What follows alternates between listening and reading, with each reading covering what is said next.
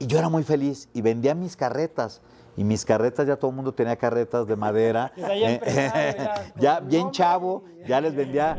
Entonces, cuando mis hijos llegan, pues le pido a Carlos el apoyo para mis hijos. Ya nos ayudaba con Adrián Fernández, ya nos ayudaba con Quintanilla, pero mis hijos eran unos niños, o sea, mis hijos nacieron en el mundo del automovilismo, desayunaban, comían y cenaban carros.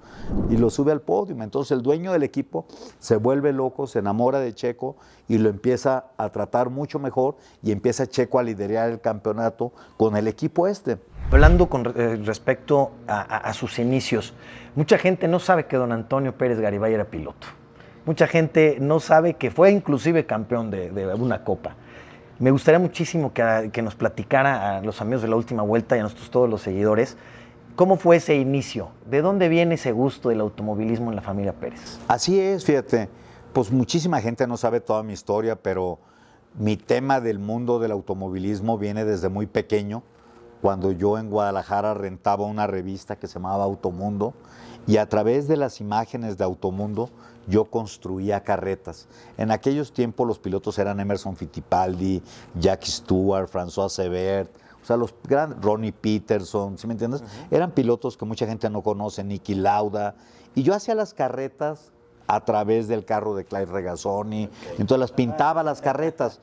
Yo iba y compraba la madera ahí en la colonia del Fresno, construía las carretas, compraba los valeros en la central camionera de los autobuses usados y ahí hacía mis carretas. Y yo era muy feliz y vendía mis carretas. Y mis carretas, ya todo el mundo tenía carretas de madera.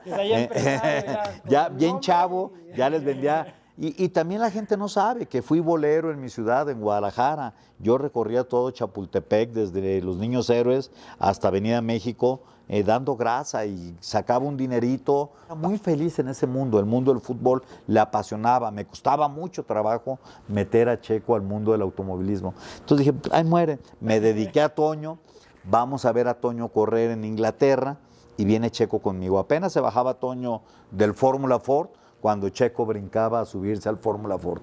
Y regresando de allá me dice Checo, oye papá, ¿y tú crees que yo me alcanza a medir con Toño en esta categoría? No, le digo, pues ya es muy difícil, porque cuando tú tengas la edad, Toño estará en otra categoría, pero todavía va a ser más difícil, porque tú ya no tienes nada que ver en el automovilismo. Entonces me quedo con Toño, porque a la siguiente semana era el Gran Premio de Silverstone, en Inglaterra, de Fórmula 1, y Martin Donnelly nos invitó y nos dio pases para estar en el paddock. Y Checo se quería quedar. Entonces le dije, no, lo tuyo es el fútbol. Entonces regreso a Checo de Inglaterra con un amigo, con Gustavo, se regresa de Inglaterra y Checo se queda con el trauma de no haberse quedado al Gran Premio de Fórmula 1 en Silverstone. Pero dije, si lo dejo, pues la va a tener muy fácil, o sea, me va a estar renunciando cada que él quiera. Esto no va a ser así. Como de padre que hay que tomar entonces, fuerte, no, me dolió, imagínate el corazón, pero se agarró, llore y llore y llore, pero lo regresé de Inglaterra a Guadalajara para que viera que él no tenía nada que ver, nada más en el mundo del automovilismo. Hasta que posteriormente insistió bastante, y logramos regresarlo. Y Toño me decía, papá, dale la oportunidad, y le dimos la oportunidad que regresara.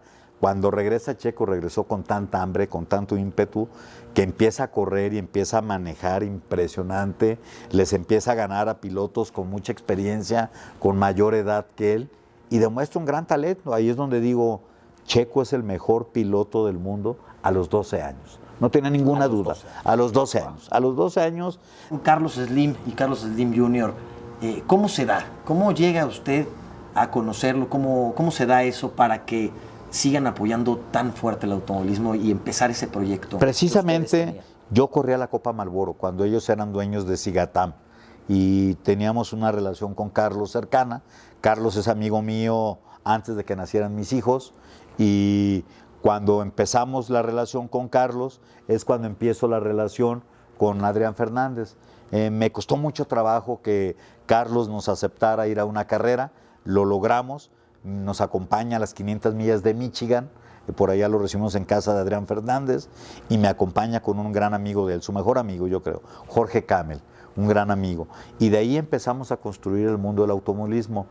Juntos logramos hacer la escudería Telmex con Roberto Quintanilla y con Carlos Slim. Se integra esto y empezamos a juntar patrocinadores para empezar a crear la escudería Telmex.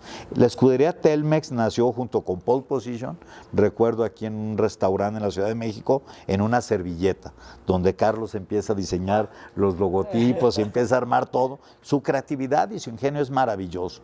Entonces, cuando mis hijos llegan, pues le pido a Carlos el apoyo para mis hijos. Ya nos ayudaba con Adrián Fernández, ya nos ayudaba con Quintanilla, pero mis hijos eran unos niños, o sea, mis hijos nacieron en el mundo del automovilismo, desayunaban, comían y cenaban carros. Yo le presento a mis hijos en Guadalajara, yo no estaba ni siquiera, van a una carrera en Guadalajara y está Carlos en Guadalajara y ahí conoce Carlos a mis hijos.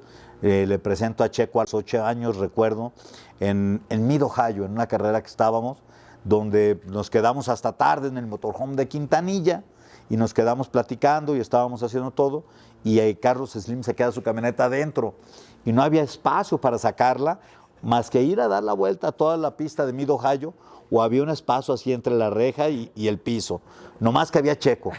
Entonces Checo tenía 8 años y le digo, a ver Carlos, dame las llaves de tu camioneta y se las doy a Checo. Me dice, ¿cómo? No, espera. Yo, Checo, ve a traer la camioneta de Carlos. Se mete Checo por la rendija, va y Checo le da toda la vuelta en la noche a la pista y va y le trae la camioneta a Carlos. Desde ahí Carlos se sorprendió. Con récord de vuelta. Yo creo que hizo lap récord y en lluvia. Entonces, Checo ya tenía esa habilidad, ya manejaba una camioneta gigante a los 8 años. O sea, tenía mucho talento, tenía mucha hambre, les encantaba. Yo recuerdo cuando los enseñé a manejar a los 3, a Toño y a Checo. Bueno, ya hablando de Checo, vetado en México, se va a correr a Estados Unidos y llega el paso para que Checo se vaya a Europa. Efectivamente. Ya es tu segundo hijo que se va a Europa. ¿Cómo lo asimila otra vez la familia? Porque sabemos que igual Checo llegando a Europa, mucha gente piensa que Checo llegó con los lujos, que llegó al mejor hotel, pero sabemos que no fue nada fácil para Checo. Fue muy difícil. Desde traerlo, recuerdo que lo venimos a traer Toñito y yo, manejando la camioneta desde Guadalajara, para que saliera de Toluca, porque el vuelo era de Toluca a Frankfurt por KLM. Y yo tenía unas millas y es como logré sacar el boleto de ida, ¿sí me entiendes? Pues un boleto gratuito, no tenía para comprar el boleto de regreso y se fue a vivir a un restaurante, no a un departamento. Vivía en un restaurante, trabajaba de lunes a viernes, de lunes a jueves, haciendo postres y limpiando platos y ahí dormía en el restaurante, ¿sí me entiendes? Como un velador más en ese restaurante. Y corría viernes, sábado y domingo. Y el lunes que regresaba a seguirle chambeando en los postres, haciendo sus postres y haciendo pastas y limpieza del restaurante. Y así fue durante un año. Y como al medio año Checo decide renunciar a eso. Era una vida muy pesada. Claro. O sea, disfrutaba los fines de semana de correr, pero entre semana era muy pesado. Mucha tristeza, la nostalgia. A los 14 años. Entonces habla con Paola. Yo andaba en Australia en una carrera con Adrián y le dice, ¿sabes qué? Voy a renunciar, yo ya no quiero más esta carrera. Y Paola toma la decisión, le dice, no, espérate, yo mañana voy contigo, voy para Múnich y platicamos.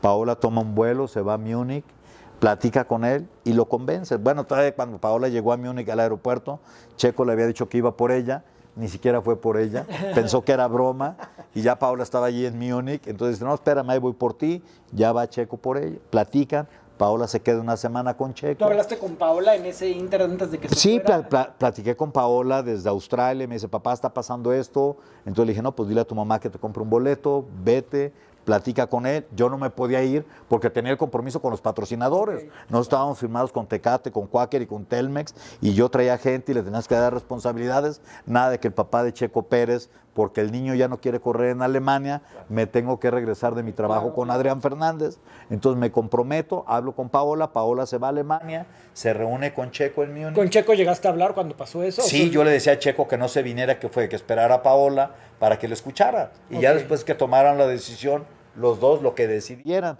Si Checo quería renunciar al automovilismo, que lo hiciera, no pasa nada, pero que escuchara a su hermana.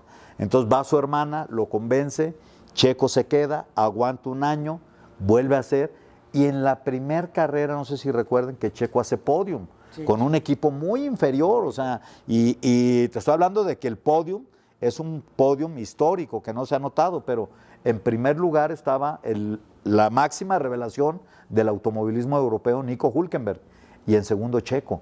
Nico Hülkenberg con el mejor equipo, Checo con el peor equipo. Sí. Y logran una carrera en lluvia maravillosa en Alemania, que digo, wow, ¿no?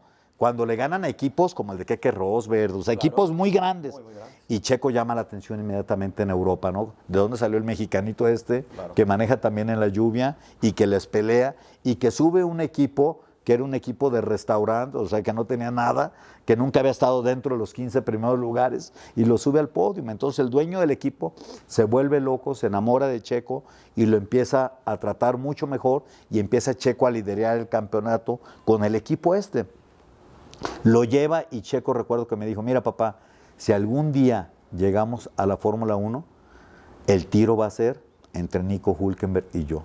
Le digo, no inventes, le digo, ¿qué me dices de Hamilton y de Alonso? Dice, no papá, este güey sí es buen piloto. O sea, Checo reconoce en Nico Hülkenberg que es un gran talento.